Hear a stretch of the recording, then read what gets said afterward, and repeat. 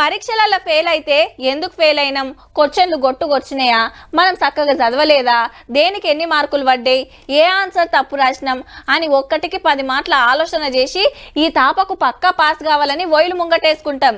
అంతేగాని హే నీకంటే 10 మార్కులే తక్కువ నీదో పాసా అని అవతలోళ్ళనంటే ఎట్లుంటది? 10 మార్కులేంది 1 మార్కు తక్కువ వచ్చినా ఫెయిలే అని గీ చిన్న లాజిక్ గంత పెద్దసారి ఎట్లా మర్చిపోయిండో.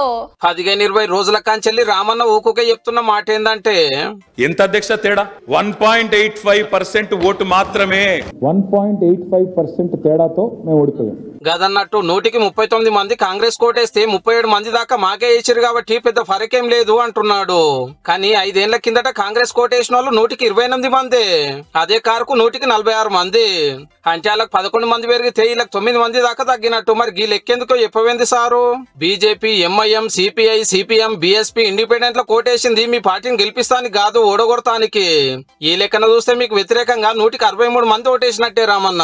మేము 39 మంది ఉన్నాం, వాళ్ళు 64 మంది ఉన్నారు, మిడిసిపడుతున్నారు అధ్యక్ష.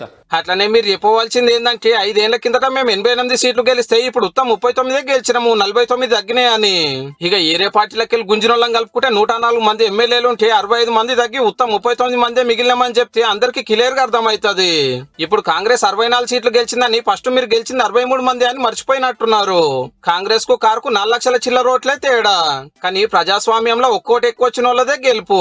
నిరుద్యోగులకు ప్రభుత్వ ఉద్యోగాలు ఇచ్చాం, కానీ చెప్పుకోలేకపోయాం, వాళ్ళ వరకు ఆ విషయం చేరలేకపోయింది. ఓట్లు ఎన్నడో తెలియక ముందే 3 నెలల ముంగట్నే టికెట్లు వంచి గాలి మోటార్ వేసుకొని తెలంగాణను రౌండప్ చేసి మీటింగ్ల మీద మీటింగులు పెట్టి మునం పెట్టి మీరు చేసిన అభివృద్ధి సాటింపు వేసుకున్న నాడు ఏరే పార్టీలలో టికెట్ల కోసం కొట్లాటలు అవుతున్నాయి.